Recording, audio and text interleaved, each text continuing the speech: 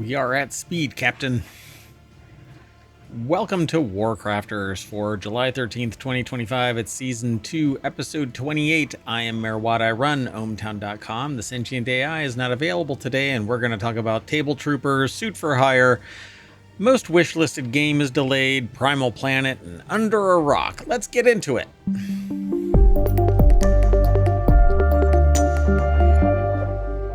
If you hear a grinding sound in the background, that's because I've got a 3D printer that is running like crazy right now because I'm building multi-board for building out a set, and we're going to be launching another show called Constructagon, which focuses on 3D printers and the space. So probably talk about 5 articles. Well, not probably. We're going to talk about 5 articles and then go from there. Not sure when that's actually going to launch anymore because I was hoping to have it done ready to go this Sunday, but my mayoral duties kept me from achieving that ambition. That's okay. We're still working on it. And by we, I mean me. Anyway, this is ohmTown as of July 13th, but this is a Time Machine episode. Here's WarCrafters and its newest logo. First article, Table Troopers. It's over at RealityHacker. Table Troopers, the tactical mixed reality multiplayer game inspired by Worms, launches in early access on Quest soon. I don't have a Quest. Article is over by it's over at Upload VR by Henry Stockdale. Table Troopers. Developed by Cosmorama Technologies. It's a 3-person team based in Hamburg. Table Troopers is one of 21 games being funded through Oculus Publishing's Ignition program, using a rotatable tabletop approach to deliver a new strategy game in mixed reality. There you go. I'm going to mute it, and I'm going to hit play on the video that's embedded over at Upload VR. Hey, this looks like fun. But mixed reality, unless I can play it with other people, mixed reality, I think, is kind of burdened by isolation, I guess you could say. Games like this really need multiple people, I think, playing. Mixed reality would be great for D&D type of environments. Because this isn't the most efficient. This isn't the minimum viable product for a game like this. I mean, it's basically, it looks more like Angry Birds. They're referring to it as, what now? Worms. But it's more like Angry Birds. You're blowing up buildings and whatever might be inside it. So it supports up to 3 different players across turn-based combat, also including a single-player mode against AI opponents. It says up to 3 different players across turn-based combat. So there's your multiplayer.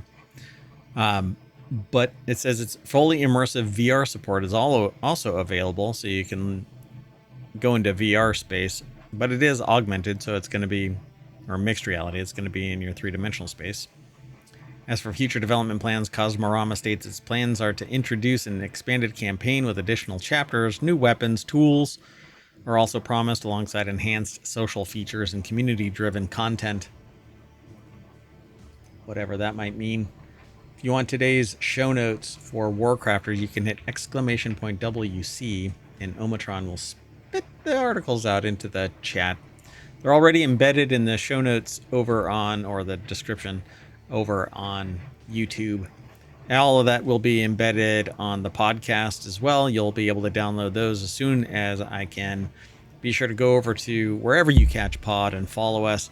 I would ask you to log into or to leave a comment on Apple Podcasts. That would be great. But you can comment wherever you want and let me know.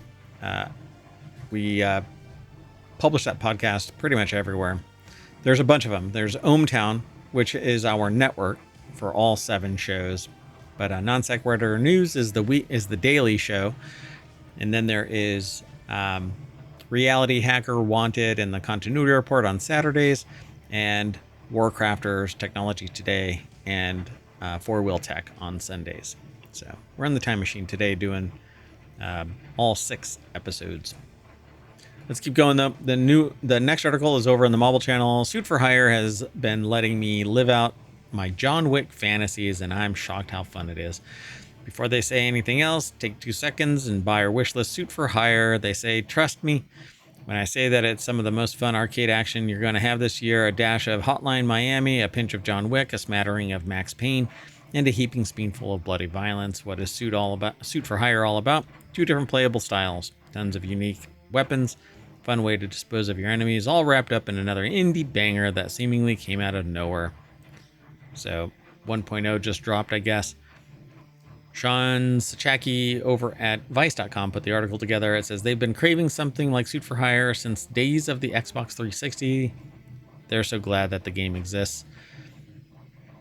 Let's see. You know what? Let me check real quick. Hold on one second. Is it over here on Steam? Let's see. Suit for Hire. I don't remember. Is it in my wish list already? No, it's not even in my wish list. So it's a single player game. It's not AR, VR, MX, MR, whatever you want to call it. You'll step into the shoes of a highly skilled assassin taking on dangerous contracts in a variety of stunning locations. With a limited supply of ammo and resources, you'll need to outsmart and outmaneuver your enemies to survive. Oh, it's very John Wick in style. Interesting. Very, very interesting. Although it looks like you can zoom in pretty close. Swappable perspectives, tight gun plan, slick executions, ultra violent poetry in motion, they say. There are proper unlockables rather than putting new suits behind an MTX infused paywall. Most importantly, it's just pure fun in the most adrenaline-fueled way possible. From the moment they enter the room, it's game time. There are a bevy of options to make it accessible for players of all skill levels, so everybody can feel like John Wick Jr. All right. They actually have a video, but let me play it. Might as well. It's muted. It's over on TikTok. Tickety TikTok. It's not playing. Oh, well. We'll just move on. It says it doesn't matter if they were playing with a keyboard or mouse or with a controller. Suit for Hire controls like a straight up dream. It's a bit of a deep cut, but remember, Stranglehold on the Xbox 360 and PlayStation 3 feels like the perfect spiritual successor, blending the brutal, high-flying gunplay with slick hand-to-hand combat. So, yeah, they say that they're enamored by it. Not even exaggerating when they say that the Suit for Hire may be one of the best action games of this year. I might have to gift it to some people. Let's keep moving though. The next article is over in the continuity report. Steam's second most wish-listed game gets delayed out of 2025, but there is some history back there. The second most wish-listed game on Steam, Subnautica 2, has been delayed. Highly anticipated sequel to Subnautica. There is a bug in the studio. How the hell did that happen? Anyway, suffice to say that Subnautica is a well-loved game. The fans are clamoring for a sequel, so many that Subnautica 2 takes number 2 on Steam's most wish-listed, right? Well, Screen Rant put the article together. Lee D'Amato put the article together, actually, over at Screen Rant. And it says, originally due out in early access sometime this year, Subnautica is now slated for a 2026 release. No exact date. There's a hot mess here. It says nothing is changing in terms of the direction of the game or the team behind it, the statement asserts. We're confident in what we've created. We just wanted to give you a little bit more content for our early access release. But some are saying that this is because there was supposed to be a $250 million bonus if it would have hit certain milestones. There's more to it. So the exact reasons for the departure of CEO Ted Gill, along with studio co-founders Charlie Cleveland and Max McGuire, are unclear, but publisher Krafton's press release on the subject, which stresses the importance of delivering the right game at the right time, has led to some to speculate that there may have been a conflict around the game's development timeline. After this news went public, fans of Reddit called for a boycott of Subnautica 2. Since deleted post called for players to remove Subnautica 2 from their Steam wish lists, cease all pre-orders of the game, and avoid purchasing it at launch. I'm not sure why they can't. Why did they delete it? See, this is mod arbitrary whatever over on Reddit. So while it's unclear how many players took action on this boycott, it doesn't appear to have affected Subnautica 2's wish list ranking all that much. Yeah. new release is unclear as to the date. So there's litigation now that I think is coming into play here between the original founders, and there's this writer in their acquisition because they were acquired. The studio was acquired. Unknown Worlds, I guess. I think the publisher acquired it, Crafton. But anyway, bigger concern is that the creators of the series leaving the studio, but absent any official statement from them. That's not true. There's been quite a bit. This might be an older article, but there's been some discussion. So 4 days ago. Yeah, this actually happened 4 days ago. So between then and now, they're actually kind of tit for tatting an argument back and forth about where blame is. I suspect that 250, something like $250 million was supposed to be at play. I'll have to look back and see exactly. Yeah. All right. Well, anyway, you're not getting Subnautica 2 in 2025. The next, unless they crack and they post it publicly. Anyway, that they're gonna release it. They pivot because they're like, okay, well, this is great hype. We're gonna release it in 2025 early access. All right, the next article is over in Primal Planet, or it should be in WarCrafters, but anyway, they've been playing it. Primal Planet lets you hug your dinosaur. Oh, and it's an excellent Metroidvania. The article is over at IGN.com. Jared Petty put the article together. Embrace your pixel art family. Its charm starts with hugs. They've been in love with superfluous embraces in games since Way Forward remake of A Boy and His Blob deployed a deeply rewarding hug button.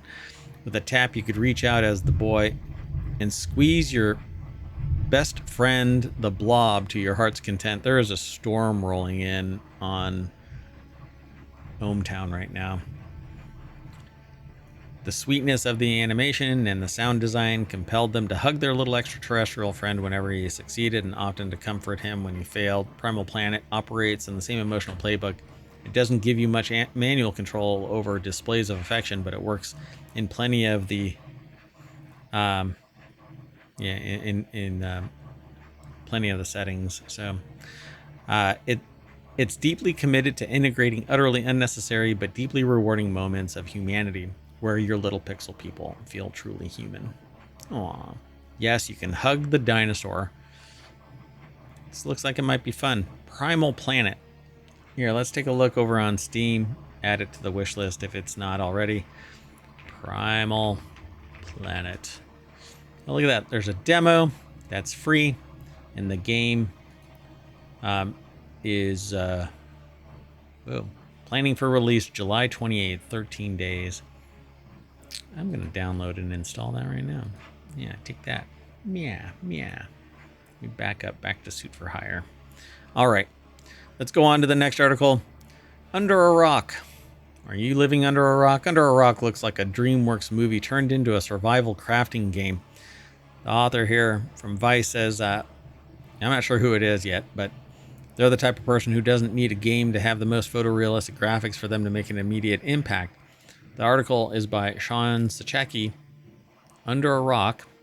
The moment they laid eyes on Under a Rock, they already knew that they were going to love it. Pump this art style directly into their soul, please. They say Under a Rock. Over on Steam. It's on my wish list. Still says coming soon to early access, but it doesn't have a date that it's gonna. It's single player online co-op, LAN co-op. Dear God. All right. Haven't heard those are some words I haven't heard in a very, very long time. So yeah, the graphics are kind of what do you call it? Fortnite-ish. They say that they think that they're more excited about fast-paced combat and Under a Rock than the survival aspects. Not me. I like survival base building crafting games, and combat is kind of like a means to an end. Me, I just like having fun. I really want a deep tech tree and all I want to do is build stuff and still have enough interaction with co-op players and stuff like that. So we're getting to be we're going to be getting close up and personal with these creatures in Under a Rock. Combat looks more like Enshrouded or RuneScape Dragon Wilds than Ark. They're really incredibly thankful for that fact, as it looks quite fantastic. Wait, is that a giant enemy crab? They hope they can attack at the weak points for massive damage. Under a Rock gameplay video over at vice.com can highlight what this thing is going to look like. It looks like it's going to be a blast. The graphics look both a combination of cartoonish and very, very real. But a lot of people are kind of worried about this game because all you see are cinematics, not in-game play. It seems not in-game play, but scripted type of gameplay. I want to see this thing actually being played. So they say, I can't see a game that looks this good and not know when I'll be able to dive in. Hopefully Gamescom or another festival will give us a closer look at what this is going to be all about. So yeah, I want this game. This could be my forever game. It depends on if there's like an end game to it, but I'm still waiting for Light No Fire. But that'll do it. So we are going to climb back under our rock over at WarCrafters, and I hope you come back and hang out with us and chat either on YouTube or on Twitch. And we'll be back because we've got 2 more shows, Technology Today and FourWheelTech. And maybe I'll be able to do Non Sequitur News tonight at 7 p.m. We'll see. My mayoral duties may prevent me, but we'll see. Okay, bye-bye, everybody.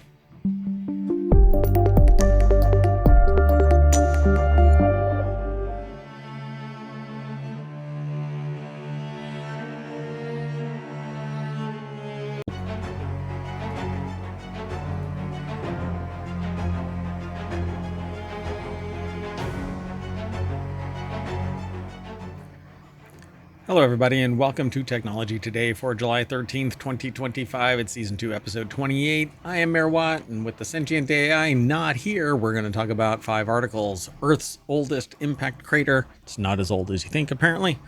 Melt fat, even on a junk food diet. Through the sun's atmosphere, shaped and steered by metal patches, and venom that cures. Everything is powered by ohmTown.com. Go over there, right there. Sign up, sign in. All news, no noise, because all the noise comes from this guy. Well, this mayor. How about that? Well, because it's... Never mind. We'll see you on the other side.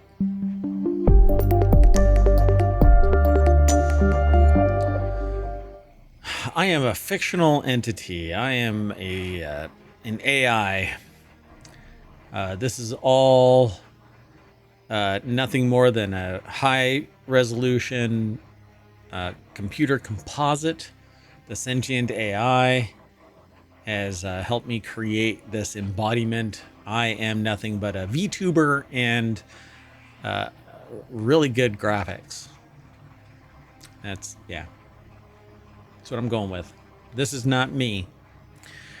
Anyway, this is what ohmTown looked like on July 13th, 2025, towards the end of the day, because everything is in reverse chronological order. So the newest is at the top, and the oldest is trending back. You can actually look at it all the way to 2020, but the shows started in 2022. So we're actually in our heading towards completing our 4th year, right? So all of 2022, all of 2023, all of 2024, and now we're halfway through, 7 months into 2024 or 2025. Yeah, we're steaming right along.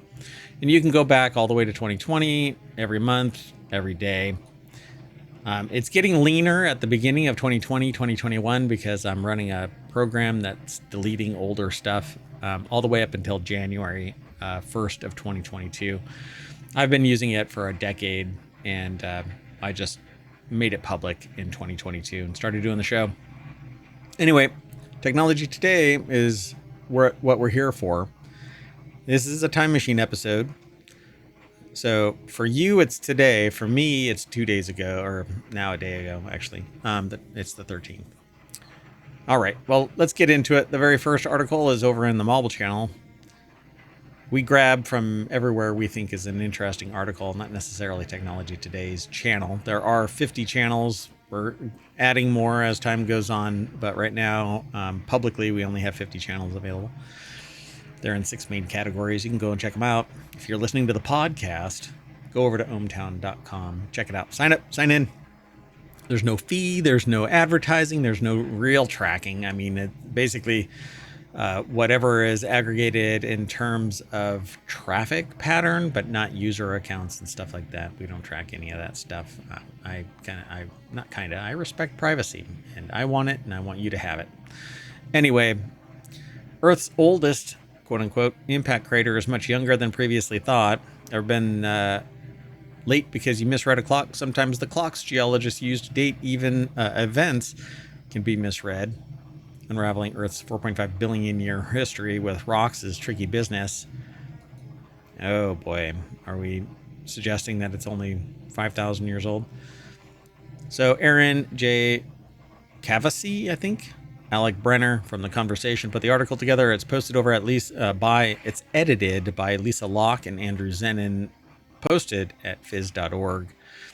The article says, case in point, the discovery of an ancient meteorite impact crater was recently reported in the remote Pilbara region of Western Australia. The original study by a different group made headlines with the claim that it's formed 3.5 billion years ago, and if true, it would be the oldest by far. As it turns out, these authors had been investigating the same site. Their results are published in Science Advances today. While they agree that this is the site of an ancient meteorite impact, they've reached a different conclusion about its age, size, and significance. So let's consider the claims, they say. One impact crater, 2 versions of events. Nobody found an impact crater older than 2.23 billion years old Yarra Bubba structure. Okay. Also in Australia. Some of the authors from both 2025 Pilbara studies were co-authors of the 2020 Yarra Bubba study. The new contender is located in an area called North Pole Dome. Despite the name, this isn't where Santa lives. It's an arid, hot, ochre-stained landscape. Ochre. It's red. So the first report on the new crater claimed it formed 3.5 billion years ago and was more than 100 kilometers in diameter. It was proposed that such a large impact might have played a role in forming continental crust in the Pilbara. More speculatively, the researchers also suggested that it may have influenced early life. I'm sure it would, particularly around the impact crater site. So, subtle clues of an impact. The original circular crater is deeply eroded, leaving only subtle clues on the landscape. However, among the rust-colored basalts are unique telltale signs of a meteorite impact, shatter cones. These little strata leading from a central point. Shatter cones are distinctive fossilized imprints of shock waves that have passed through rocks. Their unique conical shapes form under brief but immense or intense pressure where a meteorite strikes Earth. So determining the timeline of this, they aged it by radiometric dating, a method that uses measurements of radioactive isotopes. So this looks like an uplift. If this is something where it's been pushed up, but it isn't part of a tectonic plate, then there's no reason for it to be uplifted like that. But if it hit with enough force from the meteorite impact, or the meteor impact, the first group found shatter cones within and below a sedimentary layer known to have been deposited 3.47 billion years ago, but no shatter cones in younger rocks above this layer. This meant that the impact occurred during deposition of the sedimentary layer.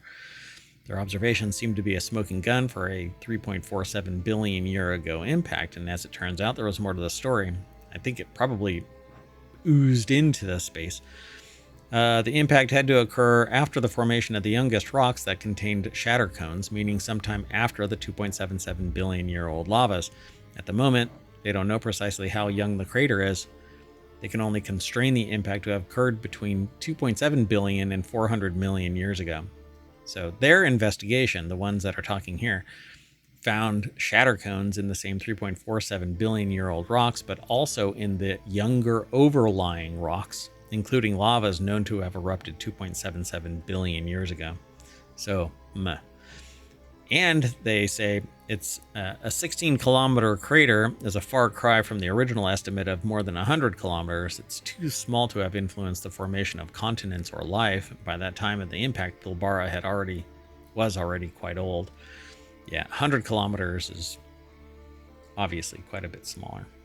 Oh, if you want today's show notes, you can hit exclamation point and then TT, and ohmTown will spit the articles out into the chat. You can click on those links and go straight over through ohmTown to all of the destinations. It's kind of how it works. ohmTown is a crossroads of information. Might have to change something. Okay. Anyway, say new connections to Mars. Science's self-policing sport. Claims of discovery are based on data available at the time.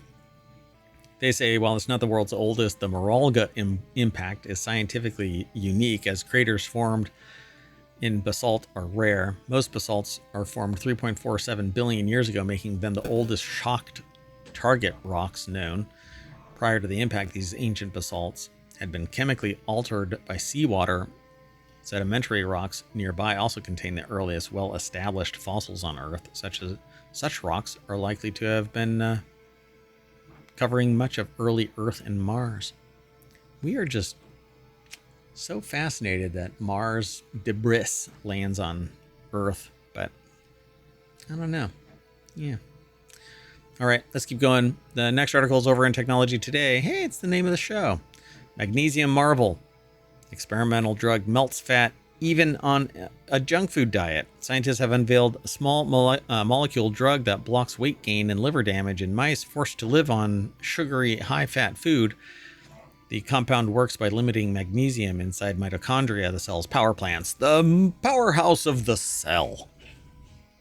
So energy keeps burning instead of stalling. Treated mice slim down, show no signs of fatty liver disease. By the way, you can have that. NAFLD is what it's called, non-alcoholic fatty liver disease.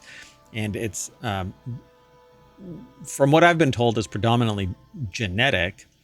And it's really fascinating. And I've learned that, whoa, I hit a button. I've learned that Zepbound actually, because of all of its interconnectedness to metabolism, Zepbound actually may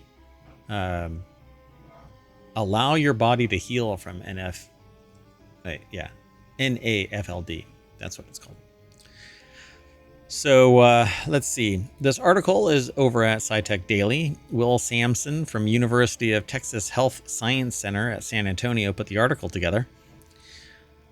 Scientists have unveiled a small molecule drug that blocks weight gain and liver damage in mice forced to live on sugary, high-fat food. The compound works by limiting magnesium inside mitochondria, the cell's powerhouse.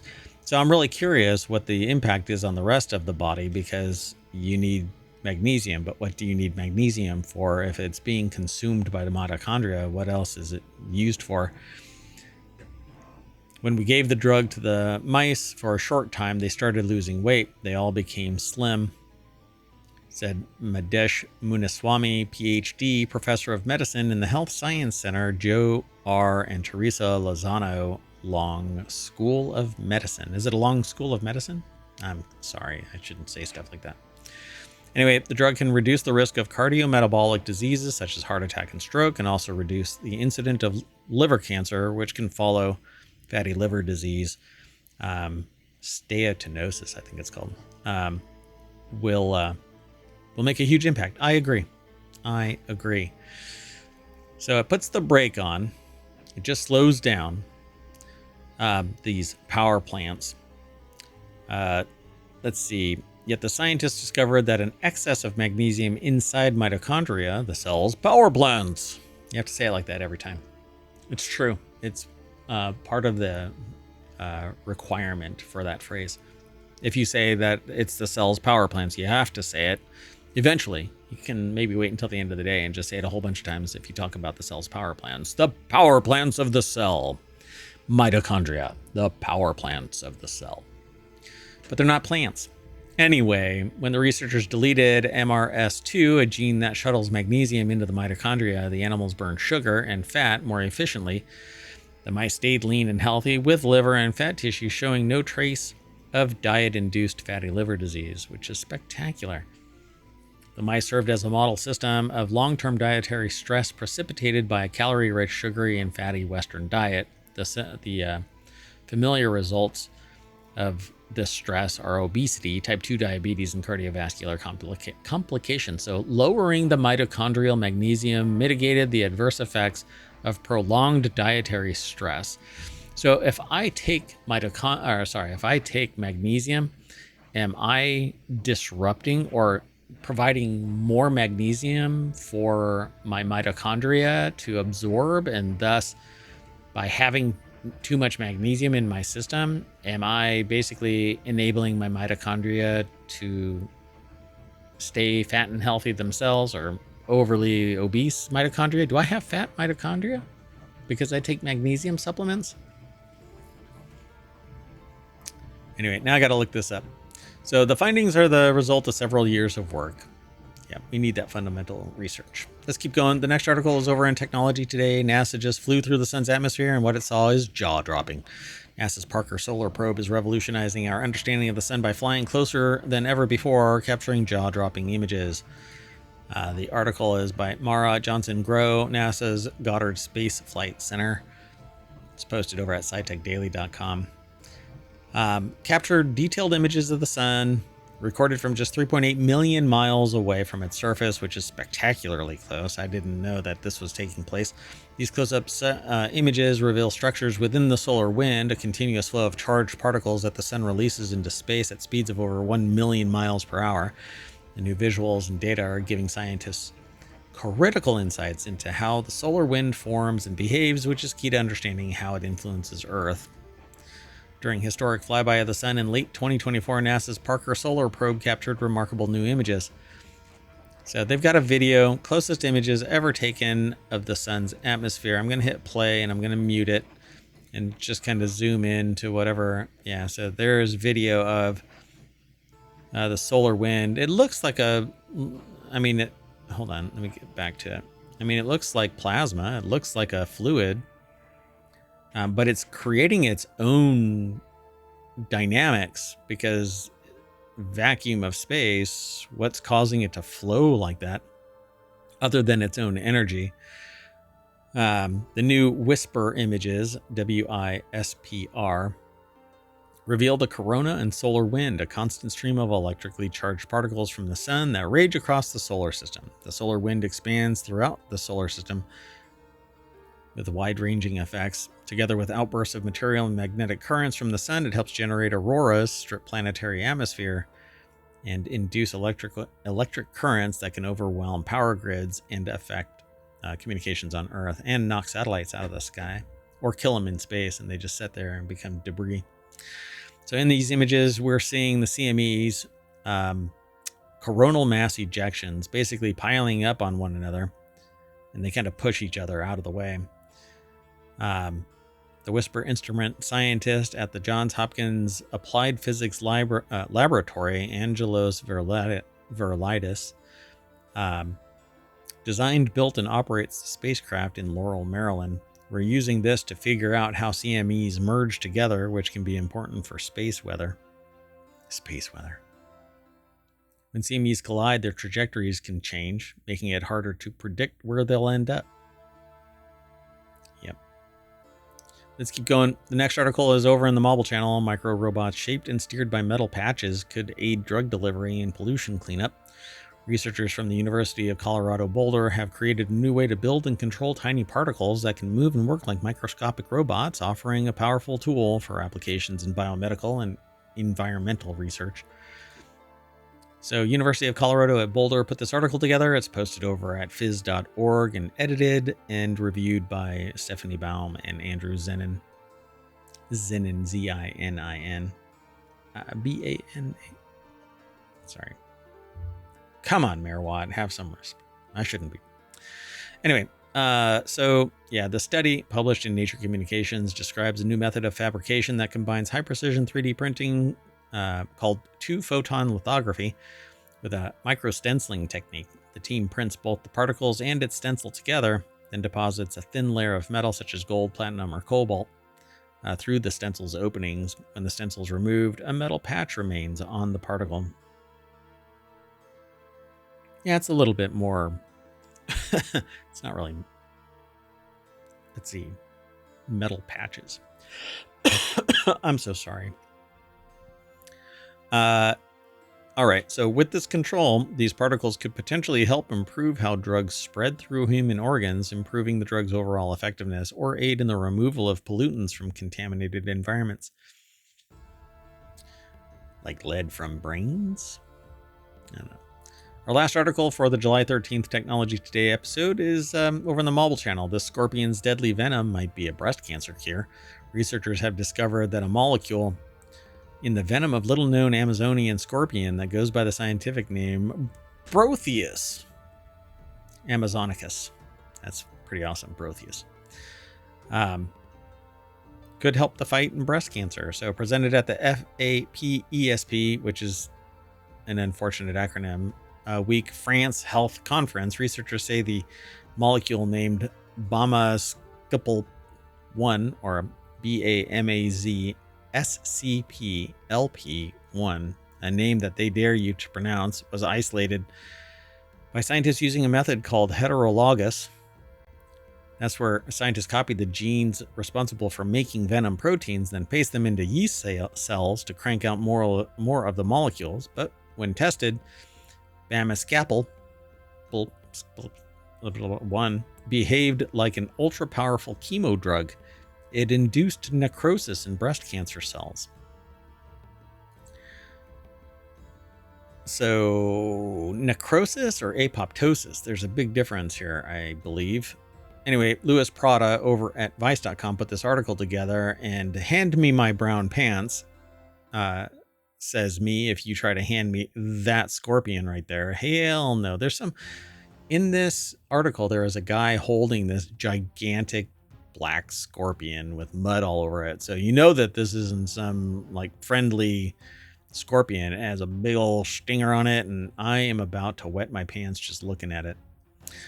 Anyway, so yeah, the team led by pharmacologist Elaine Candiani Arantes of the University of Sao Paulo didn't stop at breast cancer cells. They also cooked up a blood vessel growing agent derived from snake venom and components of cow blood. Have you ever seen the movie Medicine Man with Lorraine Bracco and Sean Connery? They say it's not good, but it's kind of harbinger of what could potentially be happening with the scorpion. A cancer cure found in the Amazon is under threat from outside forces that wish to develop the land. You hate to see life imitating bad art. Yeah. What we don't know could kill us. And I am so worried about that scorpion jumping out of the screen that I'm going to run back to the front page of Technology Today over at ohmTown.com, where you should go and sign up or sign in. Be sure to follow us on Twitch and YouTube. Download the podcast. Leave a 5-star review. That would be awesome. Go be awesome.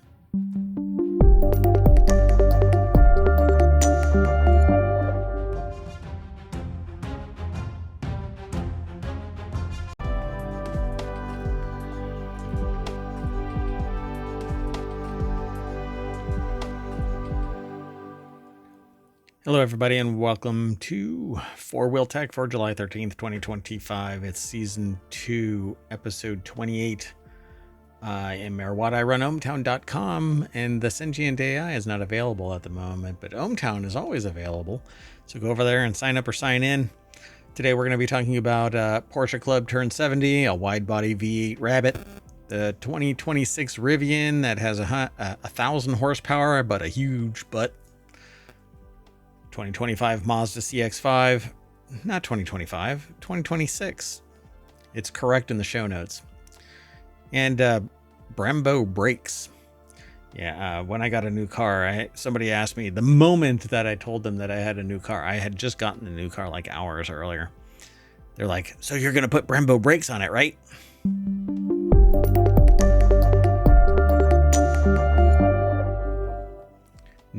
No, I'm not going to put Brembo brakes on a brand new car. Obviously, it didn't come with it, right? So anyway, so that's what ohmTown looks like on July 13th, 2025. What the heck is going on? Something weird's happening in ohmTown. Anyway, but that right there is FourWheelTech. This is the old logo. We're going to get a new one. Just haven't gotten to it yet. That said, first article is over in FourWheelTech itself. Porsche Club of America turned 70, celebrates with 70 very blue 911 Club Coupes, or coupes, however you want to call it. Special edition is based on 992.2 Carrera T, and you can get it with an incredible tartan seats. Oh, tartan. That's the pattern. Tartan. Sorry, there was a question. Anyway, Brad Brunel over at jalopnik.com put the article together. That's a pretty blue. So yeah, third generation of Porsche fan service to the Porsche Club of America is launched today during the club's annual parade celebrations. Based on the 2026 Porsche 911 Carrera T, the Stuttgart sports car manufacturer's customization squad has developed a run of 69 cars. Nice. For the club members to buy. 1 second, please. The new 992.2 generation Club Coupe follows the aesthetic footsteps of the 60th anniversary 991 GTS Club Coupe and the 50th anniversary 997 Carrera S Club Coupe. I say coupe, but it's really coupe. I don't know. In different places, it's pronounced differently. Anyway, that exclusive Scholar blue, is that really Scholar blue? Scholar blue color, by the way. That's named after PCA founder Bill Scholar, who started the club way back in 1955. Feeling old. So what's it like inside? Smooth blue. Now it's got that tartan pattern. Porsche Club of America. I guess if you're in the Porsche Club, then you're ready to buy.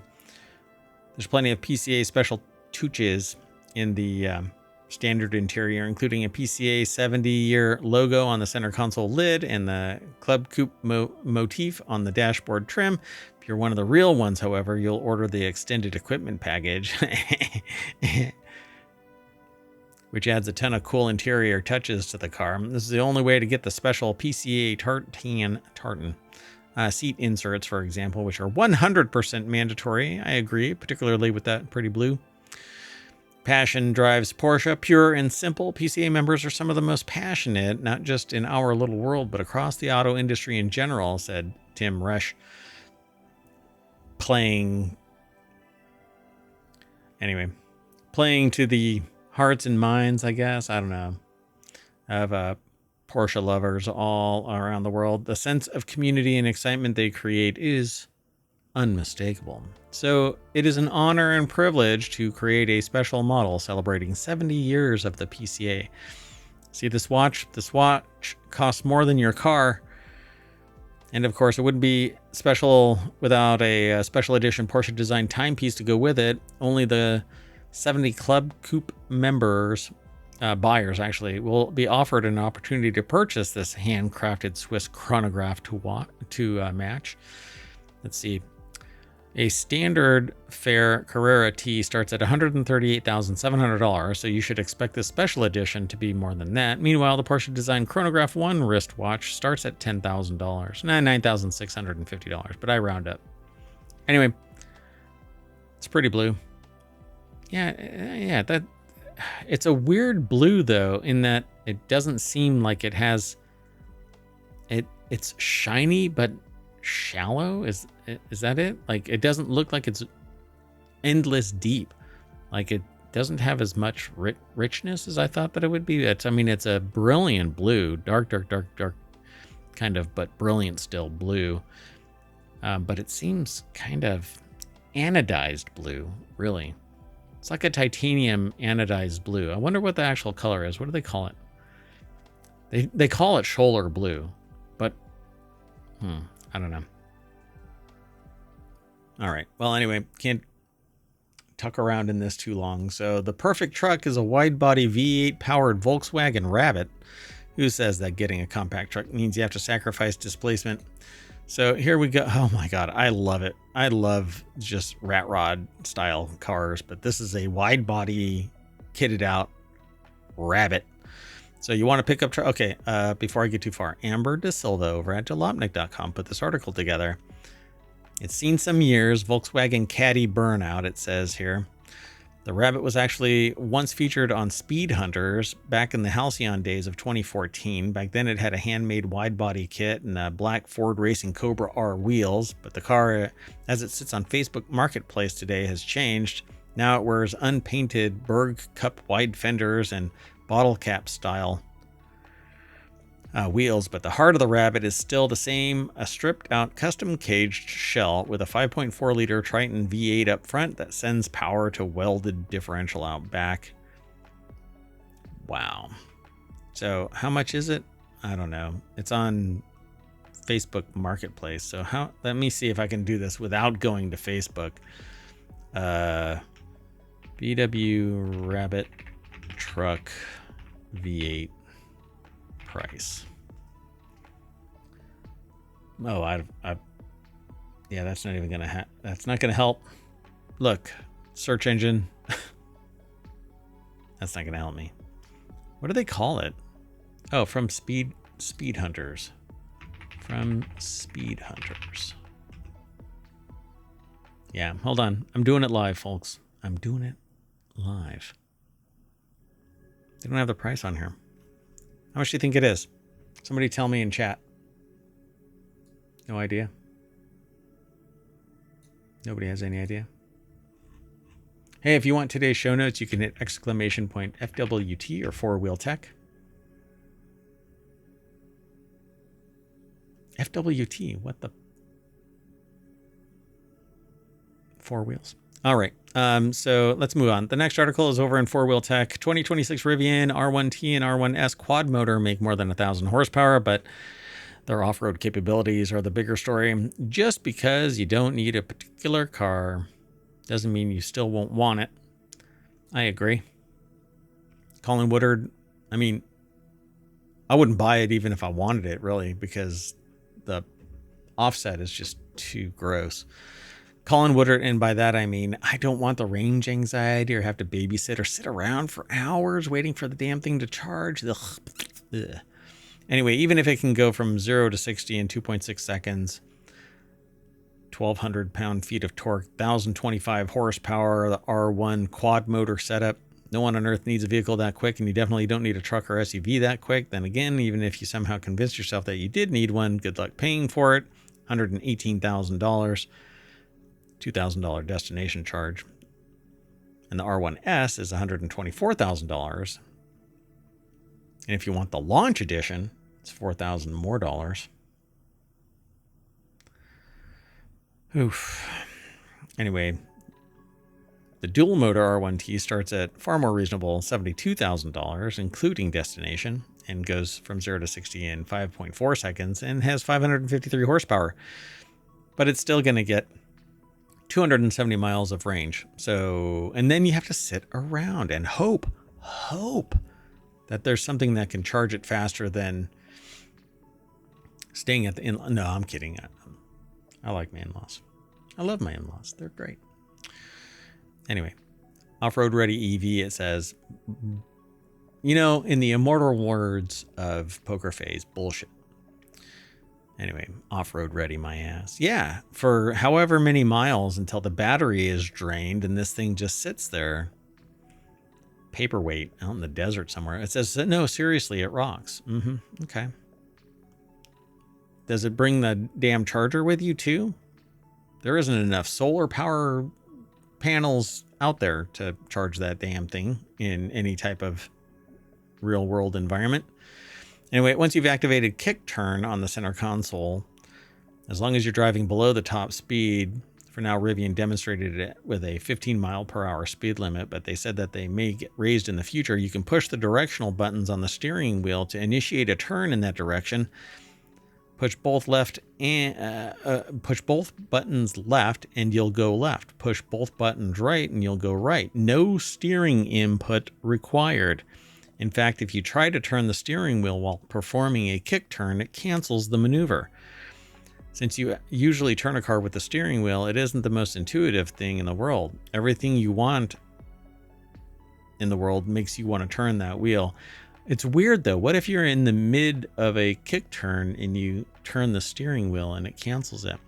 It seems weird. Yeah, I wouldn't trust that. I don't know. It's drive-by-wire essentially. Only a few minor flaws, it says, like, I don't know, a huge ass battery and long charge times. And out in the desert, nothing will save you. I'd show up with a 5-gallon jerry can of gas and go, oh shit. Moving on. Next article is over in FourWheelTech. 2026 Mazda CX-5 looks worse, is probably amazing. Mazda revealed the third generation 2026 CX-5 to the world today, and it looks different. I don't know why they go the rounded version of this thing more and more. Eventually, it's just going to turn into a VW bug, like a big fat VW bug. Anyway, if the new CX-5 proportions look different to you, it's because the whole car has grown. It's 4.5 inches longer than the outgoing model, enabling Mazda's claim that the new car is the most spacious yet on the inside. It's kind of like record profits, but everything is expensive, more expensive than ever before. Like record profits at the movie theater, except that you have to get a mortgage on your house to go and see it. Anyway, look inside. Yeah, I mean, it looks cleaner. It looks different. Everybody has an armrest, it looks like. Is that a separate center console armrest? Is it split in the middle? Is this the Mazda's butt cheeks right here, essentially? Like, get it? Because it's split down the middle. Anyway, so they say to them, the most interesting part of the car is the interior, though it isn't any new design at all. It's a little tab of reflective black atop the steering column, which sure looks like the kind of attention-seeking camera system used in hands-free automated systems like GM's Super Cruise. Mazda doesn't have a system like that yet, and it's entirely possible the camera is meant for the company's existing warn if you're too tired to drive attention tracking system. Kiss my shiny metal ass if that's going to be turned on me. I do not want a camera looking at me in my car unless I'm the one that's in charge of the damn camera. So out back, it looks better out back than the Mazdas that I've seen in the past. Closer, I guess, to the Mazda 3. The new CX-5 will have a 2.5 liter inline 4 at launch, putting an acclaimed 187 horsepower and 185 pound-feet of torque to all four tires through a 6-speed automatic gearbox, but Mazda claims the hybrid variant is in the works for the 2027 model year. So I hope that the hybrid variant is EREV, so a little gas engine and electric motors. That would be great. Anyway, it says all in all, CX-5 is an upgrade. All right, let's keep going. Next article and the last one for today's FourWheelTech is over at FourWheelTech inside Brembo's brake factory, where technology is making better brakes. Le Mans, France. It's 2 a.m. in the Cirque de la Sarthe. I don't know how to pronounce it. I'm not French. I can't speak French. Give it my Harvard try, but I never went to Harvard. So you just get the try. 24-hour Le Mans race is nearly halfway through, and fans are late night snagging, snoozing on their sleeping bags, pressed up against the fence. The cars zip by, the sound of thunderous as a batch of hypercars pass by, each with a distinctive pattern of notes and Brembo brakes. Apparently, Christian Shaw put the article together. Brakes get punished more than ever now that Le Mans is a sprint from start to finish. Look at that. They're glowing red. That is awesome. Anyway, the article is over at Ars Technica. Christian Shaw puts the article together. And they talk about Brembo brakes. For the first time, all 62 cars on the 2025 Le Mans starting grid were equipped with at least one component, including calipers, discs, and pads made by a single company, Brembo Group. The glowing brakes are a result of high friction and high temperatures that start at 574 degrees Fahrenheit or 300 degrees Celsius and soar past the 1500 degree Fahrenheit mark, 815 C. and components undergo extreme stress. Impressively, these systems are designed to endure through a whole race without changing a single element. Despite Le Mans now being a 24-hour sprint race, mid-race brake changes were commonplace back when the cars were more fragile. So this is where the rubber hits the road. So everything goes from tactical to practical. So from the track into your commercial vehicle, but only when it makes economic sense. Or they can figure out a way to lower the quality so that you keep on buying in these brakes. You know, you can't keep going if nobody buys your stuff again because it lasts forever. That's what happened with what amounts to a glass made during a particularly hostile period and horrible period of humanity. But there was glass made that didn't break, but nobody bought them. Nobody sold them because nobody would ever buy them again, and consumers wouldn't purchase them because they weren't being sold because they were expensive at the time. But if you would have bought them, they would never break, apparently. And I guess that's the resurrected version, or the Gorilla Glass, I guess, is resurrected from that formula. That's the rumor that I heard. Anyway, so you can go over to Ars Technica and read this article and take a look at inside the Brembo factory and how the brakes are made. While manufacturing is the visible side of brakes process, CEO Daniel Shalacy, I guess, emphasizes the role of technology. In the past 3 years, Brembo has hired more than 100 software engineers in Italy, China, India, and the US, some in Silicon Valley. The automotive business is very deep transformation phase with new technology, software, AI, electrification. Till a couple of years ago, Brembo was a very nice company building cast iron discs, aluminum calipers, and carbon ceramic for racing. But when it came to software, Brembo wasn't on top. So now they're getting more involved. Brembo sees Sensify, a software-controlled product, billed as the first fluid-free braking system that continuously controls and supervises each wheel's braking. Sensify integrates software and mechatronics, combining mechanical, electrical, computer, and robotic engineering with code. Sensify is more than brake-by-wire, Shalacy says. Brembo has been collecting data from its test benches for many years. With this data, combined with our internally built algorithm, Brembo has increased its ability to read the data and understand the impulse in the braking system at each corner. The car will stay stable without vibration, even in emergency braking situations. So cool.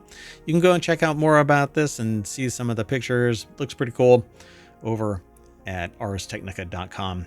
But we are going to race back to the front page of FourWheelTech at ohmTown.com, and you should go over there and sign up or sign in. So, but I'm going to get out of here. I'm 0 to 60 in, I don't know now.